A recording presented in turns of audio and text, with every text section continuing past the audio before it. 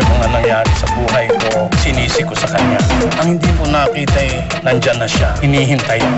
I was just trying to help. Binastos niya ako. I was just trying to be a friend to him. Pero Kim is my best bro. Pero hindi ko ahaya sa mo si Tiago. Hindi ka na! Sarap kasi talaga sa pakiramdam na mahal na din ako. Buti, hindi ka sumuko sa akin. Kala ko, papagod ka na talaga sa akin. Hindi ako mapapagod sa'yo. Mula sa araw na to, wala na akong aakasayin ng oras para ipadama sa iyong mahal kita. Patay, nandiyan ang mga bodyguards mo. Ay, wala yan. Sige na, tara. Sige. Hello! Good evening, ma'am. Good evening, sir. Wow, may paserva sila sa akin ngayon, Sa'yo, Kinausap ko na tong dalawa at inalog ko ng utak. Ayan, natauhan na. Very good. Sabi ko na ba, trops tayo, Ate Maray. Bigyan mo nga ako isa dyan. Ay. Hoy, pero madilim na. Bakit ngayon lang kayo? Oras na ng pahinga ng baby girl ko. Teka lang. Chill ka lang, Ate Maraya. Nag-joyride lang po kami. Di ba? Oo. Sige, boss. Pasok na ako, ha?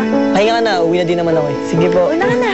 Sige, go, pasok ka na. Hindi, sige. Antayin kita makapasok. Hindi, okay lang. Para malaman kung safe ka.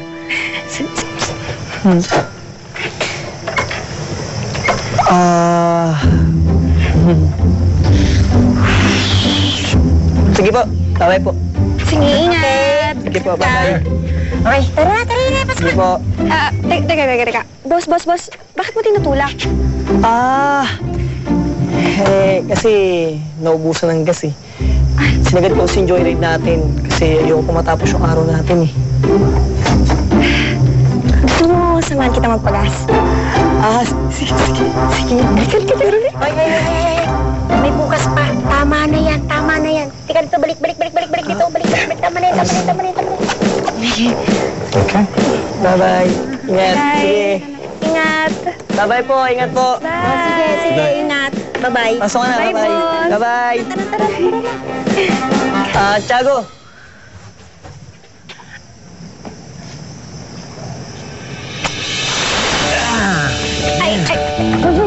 None of that tonight. Hoy. Hindi para sa inyo yan. Para sa baby girl ko yan. Amin na yan. Buksan mo yan. Amin yan. Alis ka dyan.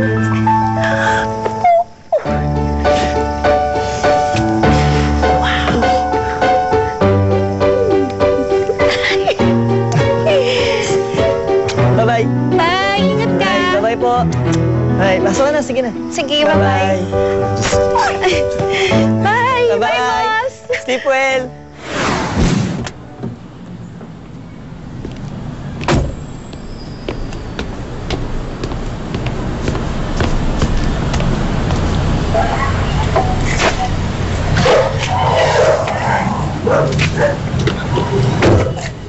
Hatid kita sa loob. No need. I'm okay, thank you. Ron, I'm sorry. Hindi ko naman akalain na ganito yung mangyayari. Gusto ko lang naman maging close si Kim kasi alam ko siya yung best brother mo. Hindi ko naman inakala na lalagyan pala niya ng mali siya yung ginawa. John, I don't wanna lose you. But I think I can't be friends with Kim anymore. Sans, don't worry. I'll protect you. And I promise that I will always be here for you. Sige na. Umuwi ka na.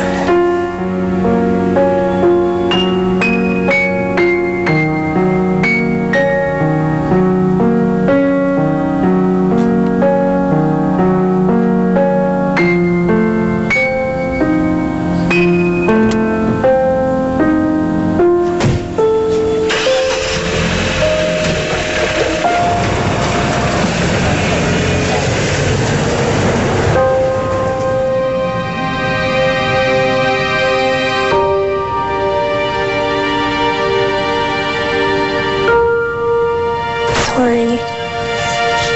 But I also promised my ate that I'm gonna be here for her. Sorry, Kim. Kasi lagi kitang sinusundan. Kasi nagsustok ako sa'yo. Nagalit ako kay Taki kasi nakita ko kung gaano kayo ka-close sa isa't isa eh. Siya pala yun. We thought she was a white lady.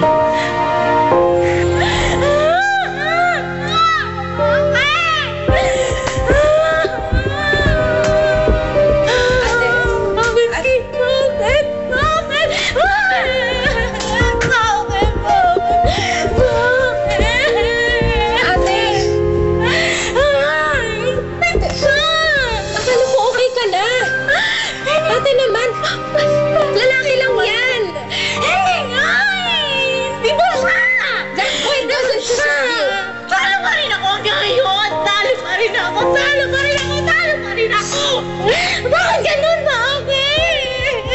Ate! Hindi mo rin sabatin! Ate, calm down. You have to move on. Hindi mo maka-move on! Listen to me. Don't worry. I won't let this happen to you again, Ate.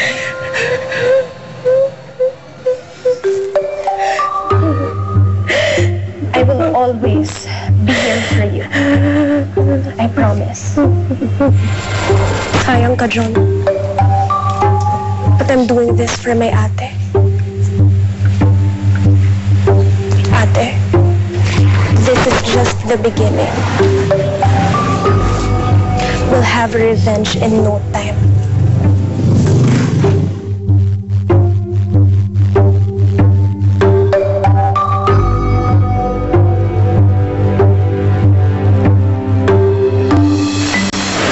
Naginom kami ni Sandra. Tapos, as the night progressed, nalasing siya. So parang medyo na out of control siya. And after a while, she was standing and out of balance. But then she ended up on top of me. When I tried to sit her down, I ended up on top of her. Tapos, yun nga. Biglang pumasok si John at nakita niya. Sobrang galit siya. Di ka ba nag-explain kay John? I tried, kaso Sandra was the first one to speak. She started blaming me. Yan tayo eh. Sure ka na wala ka talagang ginawa. I mean, sa sobrang kalasingan mo, wala kang natatandaan. She's John's girlfriend. I would never do that to him. Plus, I don't even like Sandra as a person. I was just trying to do it for John. Wow! Thanks. So I should thank you for what you did? Trots! Kalma lang! Nakita ko ang nakita ko. Can't fool me. Guys, please! Huwag kayo mag-away. Ayaw niya kasi ako pakinggan eh. John, I told you we're like brothers. I would never do that to your girlfriend. Then explain to me what I saw kanina. Siguro ayaw mo siyang bastusin. Pero ginawa mo para mag-away kami. Of course not. Kim, nung umpisa pa lang hindi mo na siya gusto. And maybe you just felt like you had to pull off something like this para mapaghiwalay kami. Pero hindi. Kim, mahal ko si Sandra. So deal with it. Like an adult. Like an adult? You're the one who's acting like a kid. Whatever, dude. We're done. Good. Magpalamig ka muna. Mag-usap na lang tayo pag hindi ka nagalit. Di mo talaga gets, no? We're done as friends. Friendship over!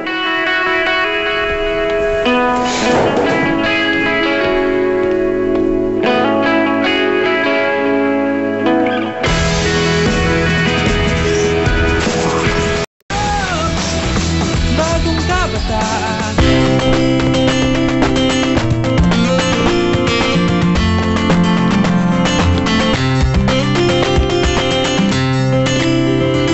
Joel? Kailan ka pa naging emo? Joel, I've been there. Tigil mo na yan kasi mahihirapan ka lang. Pag-away niya ng parents ko, kinaya ko, papakaya.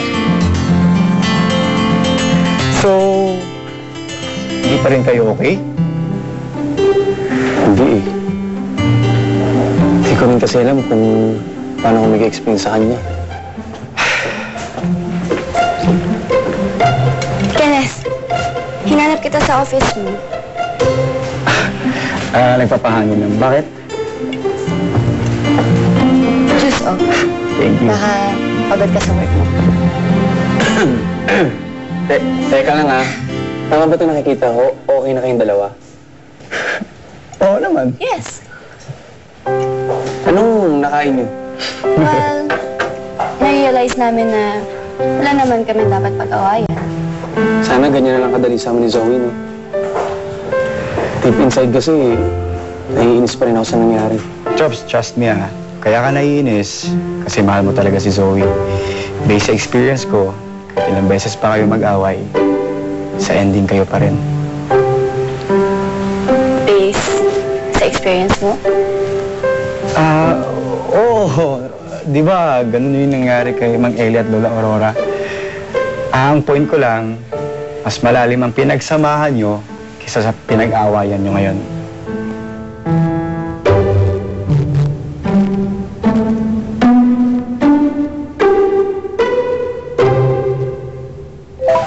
Drops, do you have a problem? Bakit nag-text si Zoe? Hindi. Si Tommy ang nag-text. Sabi niya, si Kim at John, hindi ka na magsuntukan. Friendship over daw eh. What? Okay ka na ba? Why? Aba, syempre, kailangan namin magsara ng cafe ni Taba. Yan po, diniretso mo naman agad. Totoo naman eh. Kim, ganito lang yan. Umuwi ka muna, tsaka tulog mo yan. And bigyan mo ng time si John para mag-isip. And when you're both ready, for sure, maaayos niya din to. He talked to me like I wasn't even his friend. Kung ayaw niya ako paniwalaan, bahala siya. If friendship over ang gusto niya, so be it.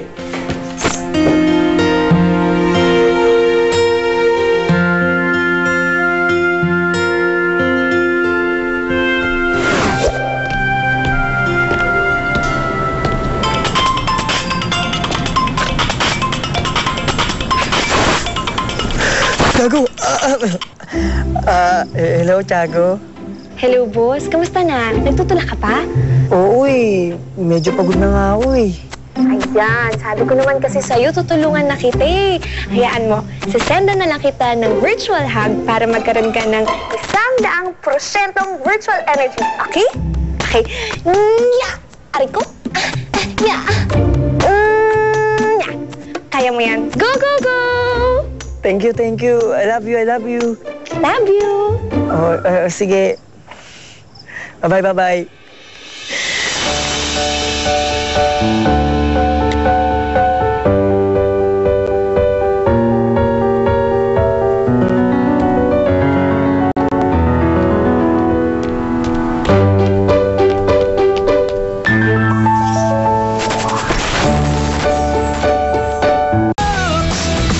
Bagong kabataan.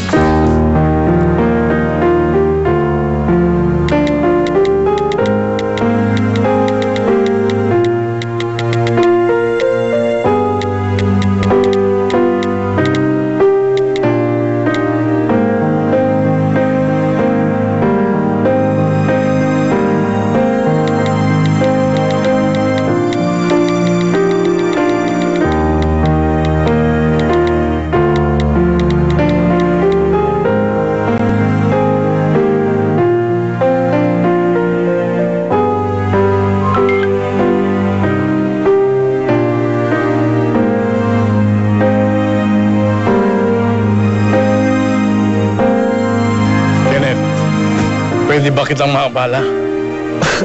Mang Eli, oo naman po. Ano po yung sa atin? Wala naman. Gusto ko lang magpasalamat sa'yo. Dahil kahit bata ka pa, may natutunan ako sa'yo. Binuksan mo itong mga mata ko eh. Kung hindi siguro dahil sa'yo, baka magkaaway pa rin kami ni Aurora hanggang ngayon. Mang Eli, wala po yun. Ganun pa man, tiwala ako sa'yo. Pagpatuloy mo lang yung trabaho mo ng mabuti at saka yung nasimulan natin diyan sa garden. At saka ito nga pala, iwan ko na sa iyo itong number ng supplier ng pataba sa lupa. Masiyayabong mga bulaklak pag yan ang ginamit mo. Mang Ellie, excuse me lang po pero parang nagpapaalam na ako. Opo. Sa ngayon, oo. Bakit agad-agad naman po kayo aalis? Saan kayo pupunta? Kailan niyo naisip to? Ako naman, ang dami namang tanong. Bakit ihapulis ka ba, ha? Am I under investigation? Hindi po. Nagulat lang po talaga ako. Nag-usap kasi kami ni Ellie. Naisip namin na siguro hindi pa huli ang lahat para ituloy namin yung mga dating mga plano namin. Kaya nag-book kami ng flight sa London para umpisahan ang aming European tour. Congrats po. Ay, nga pala, Taki. Po? Ito ang bonus mo bilang PA ko. Malaking tulong po talaga ito sa ipon ko. Pero, ibig sabihin, wala na po akong trabaho. Babalik pa ako. Ano ka ba? Pero while I'm away, maiiwan ako sa iyo isang assignment. Okay po, kahit ano gagawin ko po. Ang assignment mo ay ang ipagtapat ang feelings mo kay Kenneth.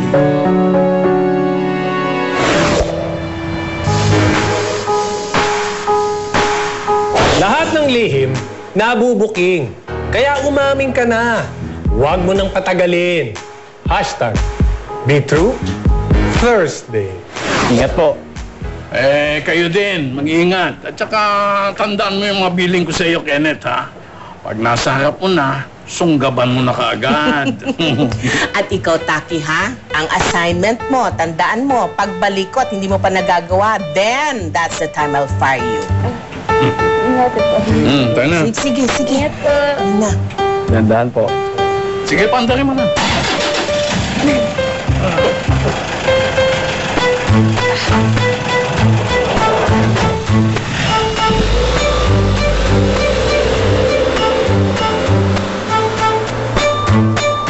Anong sunggab sinasabi ni Mang Ellie? Ha? Wala. Sa work yun. Ikaw, ano yung assignment ni Lola Aurora?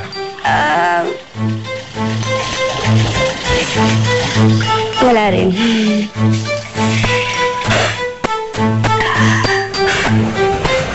So, wala na sila.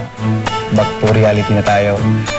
After natin sila pagbatiin, mukhang may bago na naman tayong ayusin.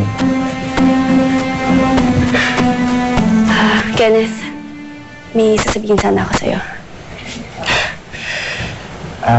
Alam ko na yan, Taki. Sabi ko naman sa'yo, di ba? Magiging maayos din si Kim and John. It's not about Kuya and Kim. It's about us. Bakit? Okay naman tayo ngayon, ah. Kenneth, kasi... Taki, kung ano man yung sasabihin mo, mamaya na lang. Dinner tayo later. Marami din ako sasabihin sa'yo. Well, baby.